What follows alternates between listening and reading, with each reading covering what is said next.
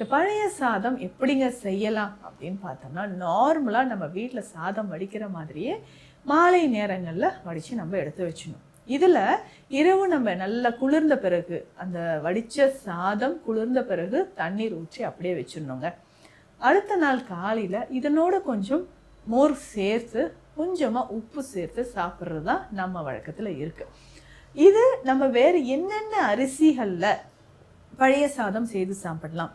பெண்கள், அதுவும் ப்ரெக்னென்சி டைமில் அதிகமாக எக்ஸஸ் ப்ளீடிங் இருக்குது, பிசிஓடி இருக்குது, ஃபைப்ராய்டு யூட்ரஸ், அல்சர் இருக்குது, முக்கியமாக அனிமியா, இந்த ரத்த சோகை அப்படின்ற ஒரு பிரச்சனை இருக்கும்.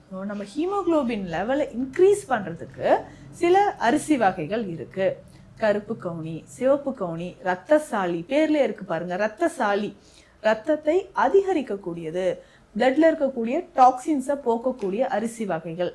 இந்த அரிசி வகைகளில் நம்ம பழைய சாதம் சாப்பிடும்போது அவ்வளவு நன்மைகள் உங்கள் உடலில் கிடைக்கும். மூட்டுக்கல்ல எலும்பு தேய்மானம் இருந்தாலும் சரி, எலும்பு சம்மந்தப்பட்ட பிரச்சனைகள் இருந்தாலும், வாக் பண்ணும்போது நடக்கும்போது எனக்கு காலில் கழுக்கழுக்குன்னு ஒரு சவுண்ட் வருது டாக்டர் அப்படின்னு சொல்லுவாங்க.